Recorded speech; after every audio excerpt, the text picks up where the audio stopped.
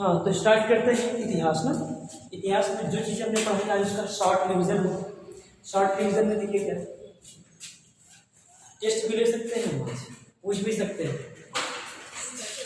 देखिए स्टार्ट करते हैं हिस्ट्री। अंग्रेजी में हिस्ट्री, लेकिन हम पढ़ा रहे हैं हिंदी माध्यम से। इतिहास अंग्रेजी के जितने शब्द हो सकेंगे हमसे, जितने हमको आते हैं उतने हम इस्तेमाल कर लेंगे, है ना। तो इतिहास को अंग्रेजी में वैसे बोलते हैं हिस्ट्री। इतिहास तो आप अगर संधि विच्छेद करें तो इति धन हा धन आस ये बनता है। और अगर इसके शाब्दिक अर्थों पर जाए तो जैसे इति का मतलब होता है इस प्रकार, संस्कृत का शब्द है इति। हा का मतलब होता है, या फिर यहाँ पर कह सकते हो निश्चय ही, इस प्रकार निश्चय ही। आस मतलब ऐसी घटना जो घट चुकी है, ठीक है, जो घटना बीत चुकी है, जो घटना बीत चुकी है। यानी इस प्रकार निश्चय जो घटना बीत चुकी है उसको हम लोग क्या बोलते हैं, इतिहास में। सर्वप्रथम वैसे कहा जाता है फादर ऑफ लाई, मतलब झूठ के पिता, हेरोडोटस। क्या नाम था? हेरोडोटस, हाँ हेरोडोटस। और इनकी रचना का नाम है हिस्टोरिका, इनकी किताब का नाम है हिस्टोरिका। ये कहलाते हैं फादर ऑफ हिस्ट्री। क्या कहलाते हैं? Father of history. यानी इतिहास के पिता का नाम है हेरोडोटस। हाँ, इनकी रचना है हिस्टोरिका। कहा जाता है कि मतलब कुछ यूरोपीय वैज्ञानिक या इतिहासकार हैं जो इनको नहीं मानते, विवाद चला करता है। उनके समकालीन कई लोग हुए, उनकी बात नहीं करेंगे हम, यहाँ पर टॉपिक आते हैं। और देखते हैं तो एक महान महोदय हुए जिनका नाम था ब्रूस। क्या नाम था? अच्छा, इतिहास की जो जानकारी मिलती है वो हमें जानकारी के जो स्रोत होते हैं, मतलब जैसे जानकारी मिलती है इतिहास कैसे बना, कैसे मालूम चला कोई युद्ध हुआ, कोई संधि हुई, है ना, कोई घटना घटी, तो कैसे मालूम चलता है। तो उसके लिए हमारे पास तीन स्रोत हैं, ठीक है। उन स्रोतों को हम 3 खंडों में बांट भी सकते हैं, ऐसा भी कर सकते हैं। रिसोर्सेज 3 होते हैं। पहला होता है हमारा आर्कियोलॉजिकल, जिसको हम लोग बोलते हैं पुरातात्विक स्रोत। दूसरे होते हैं हमारे साहित्यिक मतलब अगर कोई साहित्यिक जैसे कि कोई किताब में लिखा हुआ मिल जाए, या कोई धर्म पुस्तक मिल जाए, है ना, या कोई और भी जो चीजें मिल जाती हैं, लेख वगैरह, उनको हम साहित्यिक में बोलते हैं। तीसरा आता है हमें विदेशी जो यात्री भारत घूमने के लिए आए हैं, विदेशी यात्रियों ने अपने वृत्तांत लिखे जाते, किताबों में पब्लिश किए जाते हैं, तो उसको हम लोग विदेशी यात्रियों का विवरण कहते हैं। उनसे भी हमें जानकारी इतिहास की मिल जाती है। अगर मैं पुरातात्विक स्रोतों में बात करूं तो इसमें 3 प्रकार के लेख होते हैं, जैसे शिलालेख। शिला मतलब पत्थर, चट्टानों पर लिखे हुए लेख मिलते हैं, तो क्या बोलते हैं? शिलालेख, है ना। अभिलेख, ये भी चट्टानों वगैरह पर लिखे हुए मिलते हैं। गुहालेख, गुफाओं की ऊपर जो एंट्री होती है उस पर लिखा हुआ मिलता है, गुहालेख बोलते हैं। ताम्रपत्र लेख, तांबा धातु होती है उस पर लिखे हुए लेख मिलते हैं, वहां से भी इतिहास की जानकारी मिलती है। और मुद्रा लेख, मुद्राओं पर लिखा हुआ, पैसों पर, सिक्कों पर लिखा हुआ मिलता था, है ना, तो उनसे भी जानकारी मिल जाती है इतिहास की बहुत ज्यादा, ठीक है। उसके बाद आते क्या है, मुद्रा लेख हो गया। और मृदभांड हुआ। मृदभांड मतलब एक प्रकार के पुरातात्विक बर्तन जैसे कह सकते हैं, मिट्टी के बने हुए बर्तन, टेराकोटा भी कहते हैं वहाँ, लेकिन मृदभांड से मिलती है, ठीक है। और अंतिम जो हमारा है, कितने हो गए, 1 2 3 4 5 6 7वां क्या है हमारा? हाँ, शिलालेख, अभिलेख, गुहालेख, ताम्रपत्र, मुद्रालेख, मृदभांड। और एक प्रशस्ति। क्या होगा? प्रशस्ति क्या होता है? राजाओं की प्रशंसा होती थी इनमें। कैसी प्रशंसा? अगर कोई कवि हुआ, कोई विद्वान हुआ, उसने क्या किया कि कोई राजा उसने अच्छा कार्य किया तो उसको किसी कपड़े में लिख कर ले आया, या किसी पत्ते पर लिख करके ले आया, या किसी कागज पर, या फिर कहीं पर किसी शिला पर लिख करके उनको उपहार स्वरूप दे देता था, तो उसको हम लोग बोलते थे प्रशस्ति। क्या बोलते थे? प्रशस्ति, यानी प्रशंसा होती थी। इस 7 प्रकार के मिलते हैं पुरातात्विक स्रोत। फिर अगर मैं साहित्यिक स्रोत की बात करता हूँ तो इसमें 2 प्रकार के आते हैं। एक होते हैं एक रिलीजियस आते हैं, धार्मिक आते हैं रिलीजियस, और दूसरे आते हैं गैर धार्मिक, जिसको हम लोग धर्मेतर भी बोलते हैं।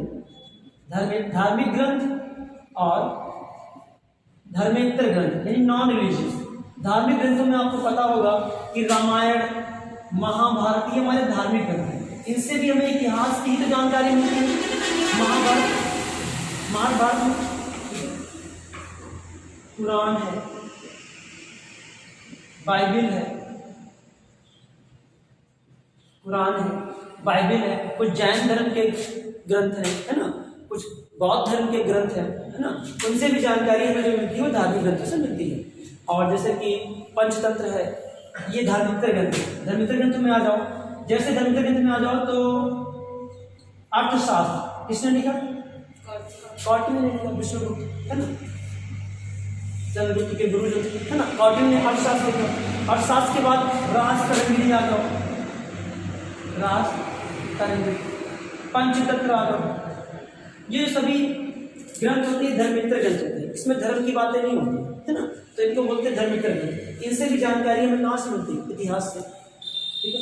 अब विदेशी यात्रियों का भी, जैसे हमने आपको बताया था, फाहियान, इब्न बतूता, इनकी रचनाओं को भी बता चुका हूँ। इब्न बतूता, रेहला इसकी रचना है फाहियान की। फाहियान की रचना बताओ, फाहियान की रचना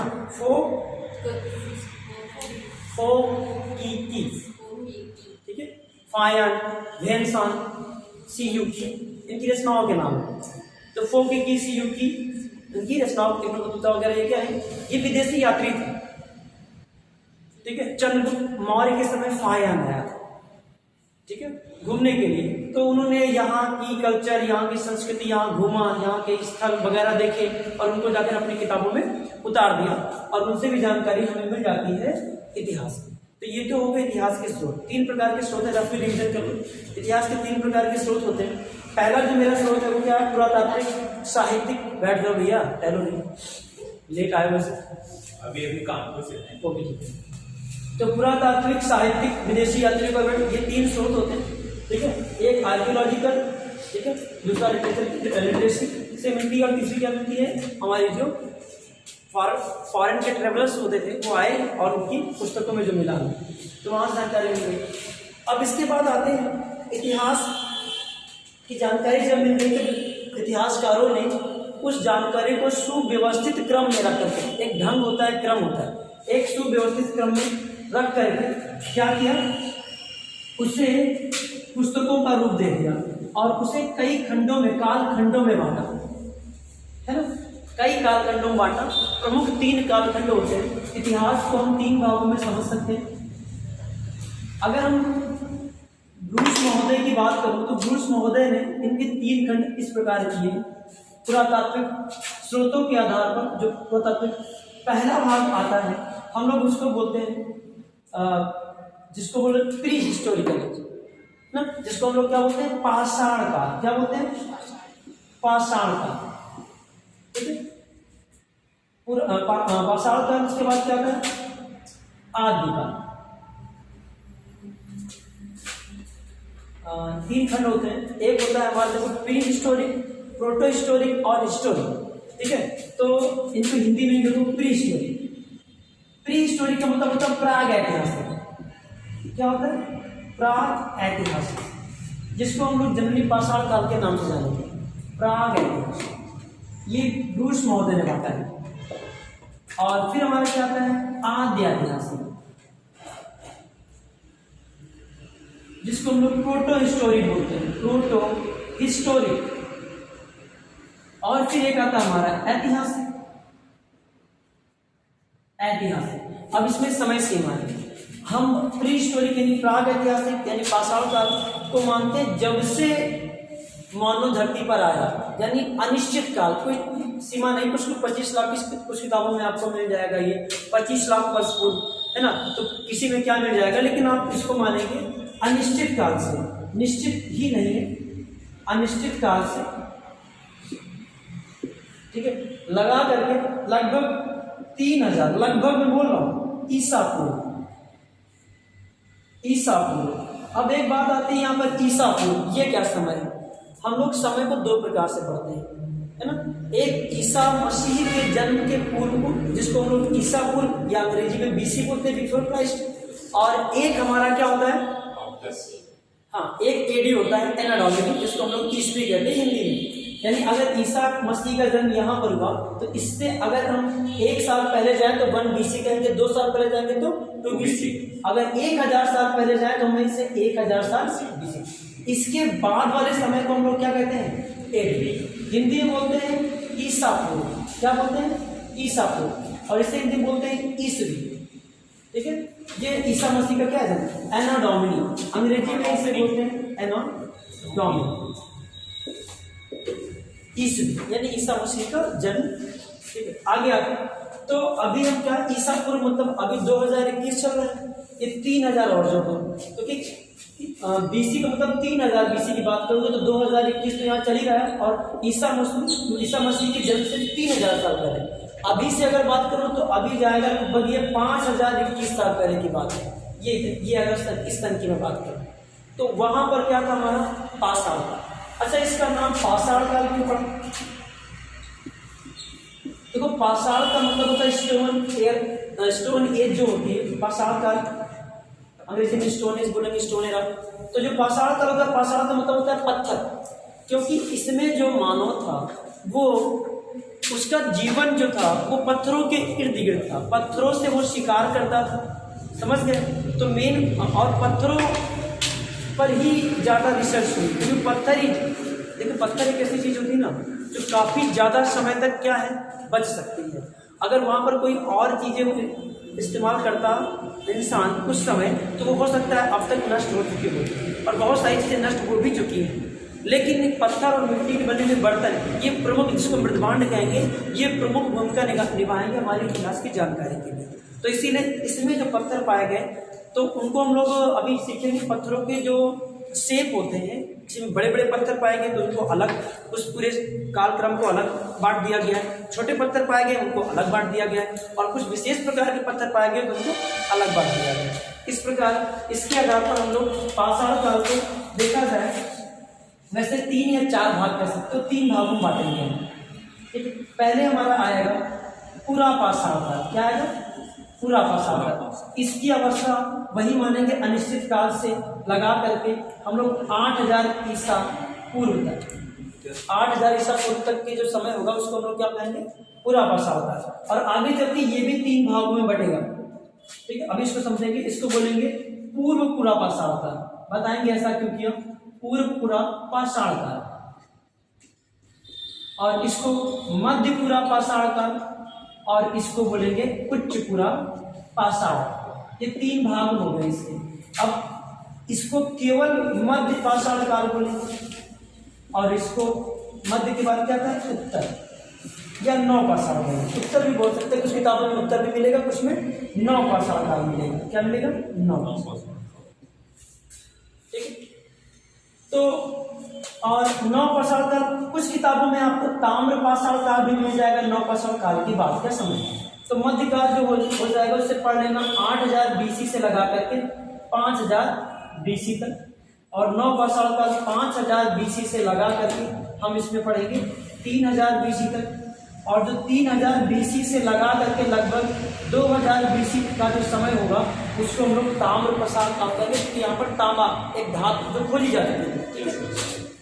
अच्छा, मैं पूरा पाषाण काल की बात करता हूँ। तो पूरा पाषाण काल को हमने कहा है अनिश्चित काल से लगाकर 8000 BC तक के समय को, अनिश्चित काल से, अज्ञात समय से लगाकर 8000 BC काल को हम लोग बोलते हैं क्या, पूरा पाषाण काल। और पूरा पाषाण काल के हमने खंड किए हैं 3, पूर्व पूरा पाषाण काल, मध्य पूरा पाषाण काल और उच्च।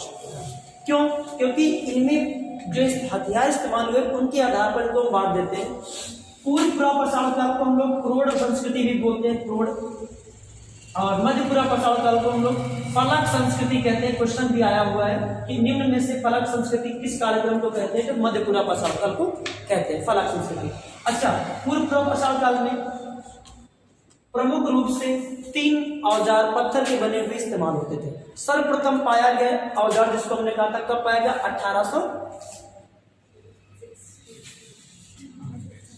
1863 में पाया गया। कहाँ?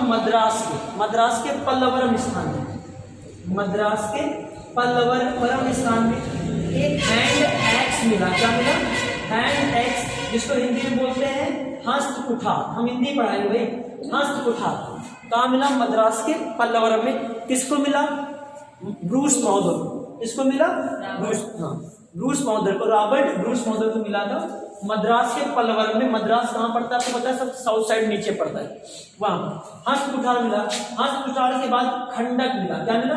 खंडक। ये सब पत्थर के बने हुए हैं। और फिर विदारणी मिली। ये 3 प्रमुख औजार मिले, हस्त कुठार, खंडक और विदारणी, ये 3 औजार मिले हैं। उसके बाद मैं बात करता हूँ अगर मध्य पूर्व पाषाण काल की, ठीक है। इसमें आपको जितने भी औजार मिले हैं वो क्वार्टजाइट नामक पत्थर के बने हुए मिले। इस पत्थर के क्वार्टजाइट नामक पत्थर से बने हुए मिले हुए। और फिर मैं अगर कुछ पूर्व पाषाण की बात करूं तो इसमें एक मिली है हमें तक्षणी। क्या मिली है? तक्षणी हथियार का नाम है। और दूसरी खुरचनी। ये 2 पत्थर के बने हुए औजार प्राप्त हुए, टूल्स मिले हैं, ठीक है। इनके नाम प्रमुख याद रखिएगा। देखो अब देखो कितना ज्यादा लिपापोती हो गया, क्या हो गया समझ में नहीं आ रहा है, लेकिन एक बार फिर से रिवीजन लो।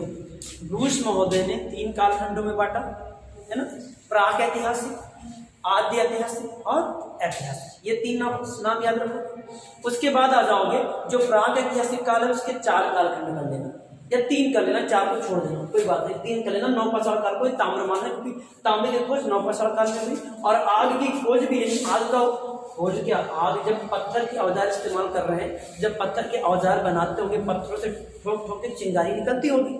तो पूरा पाषाण काल में भी इंसानों को जो था उसको जानकारी थी। किसकी जानकारी थी? आग की। लेकिन उसका उपयोग नहीं करता था। आग से ना खाना बनाता था, ना आग का कोई इस्तेमाल करता था। लेकिन आग का इस्तेमाल की जो जानकारी प्राप्त हुई वो नवपाषाण काल में ही प्राप्त हुई। याद होगी, ठीक है। टाइम का खासा ध्यान रखेंगे। तो नवपाषाण काल में यानी आग की खोज, पहिए की खोज, ध्यान दीजिए, आग की खोज, पहिए की खोज, ठीक है, वो किसमें हुई? नवपाषाण काल में, ठीक है। अभी सारी जानकारी बताएंगे इसमें क्या होती है। मध्य पाषाण काल में अंत्येष्टि क्रिया, पशुपालन हल्का फुल्का कहीं कहीं स्टार्ट हुआ था ना, लेकिन एक व्यवस्थित रूप से पशुपालन और कृषि स्टार्ट हुई है नवपाषाण काल में, ठीक है। नवपाषाण काल में यानी ज्यादातर आप ये समझेंगे नवपाषाण काल में ही इंसान थोड़ा सभ्य बना है ना, क्योंकि यहीं पर जब कृषि करेगा तो आपको पता है कृषि जब करेगा तो बहुत इंपॉर्टेंट बात आती है, खेती जो है हमेशा रुक करके की जा सकती है। खेती हमेशा रुक करके की जा सकती है। ऐसा नहीं कि आपने यहाँ पर बीज बो दिए घूम रहे हो पाताल लोक में, ऐसा तो होगा नहीं।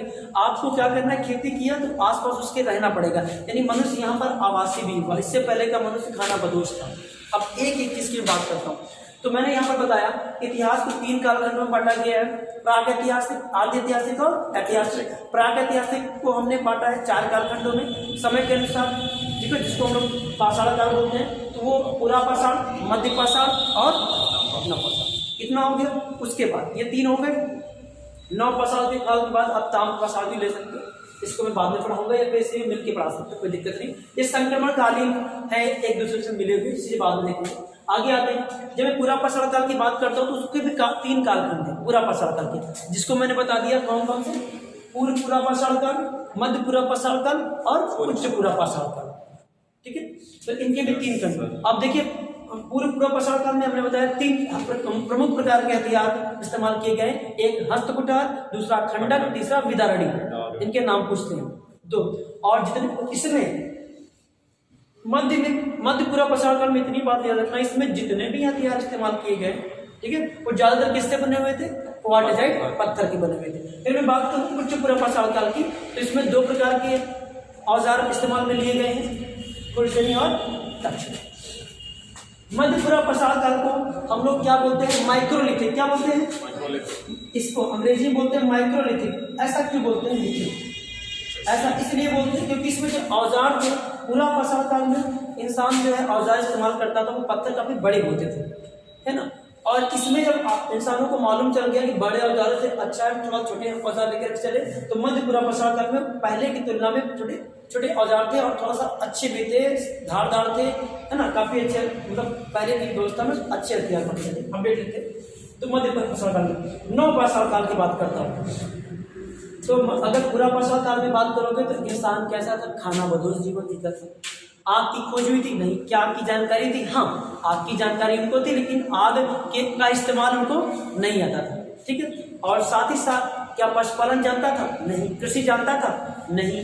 खाद्य संग्रह, क्या भोजन इकट्ठा करता था, नहीं, ठीक है। खाने में आपको पता है जब इंसान भूख ही नहीं रहता तो इकट्ठा करके रखेगा कहाँ, समझ रहे हो ना। अब इंसान खाना बदोश मतलब यायावर जीवन, मतलब इधर से उधर घूमना, ये कह सकते हो। आगे आते हैं मध्य पाषाण काल की बात करता हूँ। मध्य पाषाण काल में इंसान थोड़ा सा पहले की तुलना में सभ्य बन गए। सभ्य बन गए मतलब क्या हुआ, उसने पशुपालन स्टार्ट कर दी, और पशुपालन के रूप में सबसे पहले क्या इस्तेमाल किया, कुत्ता। इसके साक्ष्य मिलते हैं, कुत्ते के साक्ष्य मिलते हैं, ठीक है। मध्य पाषाण काल के बाद आता है और उसमें इंसान को, इसमें अभी भी आग की खोज नहीं हुई। अंत्येष्टि क्रिया का एक जगह प्रमाण मिलता है कि मध्य पाषाण काल में इंसानों को दफनाने का जानकारी थी, ये मध्य पाषाण काल की बात है। लेकिन अब बात आते हैं मेन जो क्वेश्चन जहां से आएंगे वो नव पाषाण काल से आएंगे। नव पाषाण काल में बहुत सारी इंसान बहुत सभ्य हो चुका था, इंसान घरेलू हो चुका था, घुमंतु नहीं था। पहले घुमंतु जीवन था, खाना बदोश जीवन था। अब इंसान एक जगह रुक करके क्या कर रहा था, अपना जीवन यापन करना स्टार्ट करते हैं। यहाँ पर आपको पता है पाकिस्तान में चले जाएं तो पाकिस्तान में सुलेमान और किरथक दो पहाड़ियां हैं, नमक की पहाड़ी पाकिस्तान में। लेकिन सुलेमान और किरथक पहाड़ियों के बीच में मेहरगढ़ पड़ता है। मेहरगढ़ में सर्वप्रथम जानकारी मिलती है किस चीज की, गेहूं और जौ की। कुछ स्थान चलो पढ़ लेते हैं, अब इनको छोड़ के कुछ स्थानों को पढ़ लेते हैं। ये देखना चाहो सब आपको मिल जाएगा। अब कुछ स्थानों के विषय पढ़ लेते हैं कि जानकारी हमें कहाँ से। मैं बात करता हूँ गेहूं और जौ की, गेहूं और जौ की। तो पाकिस्तान का मेहरगढ़ एक जगह है, वहां पर सबसे पहले गेहूं और जौ के साक्ष्य मिले हैं, अब से लगभग 7000 BC। बात करूं मैं चावल की या धान की, धान के लिए दो जगह फेमस हैं। एक हमारी उत्तर प्रदेश में कोलडिहुआ, कौन सा, कोलडिहुआ, ये इलाहाबाद के पास है ना। इसका प्रमाण मिलता है लगभग अब से 7000 के आसपास इसका भी मिलता है। लेकिन एक अभी जल्द ही खोजी गई जगह है लहुरा देव। कौन सा है, लहुरा देव, लहुरा देव, ठीक है। लहुरा देव में लगभग 9000 साल पूर्व, ठीक है। जो लहुरा देव में धान मिले हैं, चावल मिला है, धान, चावल किससे बनता है, धान से बनता है। तो लहुरा देव में प्रमाण मिले हैं कि वो लगभग इंसान जो खेती कर रहा था 9000 साल पहले। ये भी यूपी की जगह है, लहुरा देव जगदीशपुर के पास में पड़ती है। फिर और प्रमाणों की बात करूं तो और प्रमाण जैसे हमने कहा भीमबेटका, भीमबेटका मध्य प्रदेश में पड़ती है। भीमबेटका कहाँ पड़ती है, मध्य प्रदेश के रायसेन जिले में पड़ती है भीमबेटका। गुफाएं यहाँ पर लगभग 400 से अधिक गुफाएं हैं, जिनमें हमें साक्ष्य मिलते हैं, गुफा चित्र मिलते हैं, शैल चित्र मिलते हैं, गुफा चित्र, शैल चित्र कह सकते हैं। शिलालेख में शैल चित्र, शैल मतलब पत्थर पे बने हुए चित्रकारी मिलती है। वहां पर इंसानों ने बढ़िया चित्रकारियां बढ़िया कर रखी, हाथी को शिकार करते हुए। हाथी कैसे बनेगा भाई, ऐसे सूंड है, 4 पैर है, ऐसे ऐसे चित्र बने हुए, और इंसान भागा नहीं है, ऐसे चित्रकारी उसमें हुई है। आर्ट ऐसी है उनकी, उन लोगों को तो पहले कलर का ध्यान नहीं, ठीक है। तो ये सब जानकारियां जो मिलती हैं कहाँ से मिलती हैं, कुछ और भी है, कुछ और औरों के नाम भी पढ़ते हैं, तो नोट करना चाहोगे कुछ,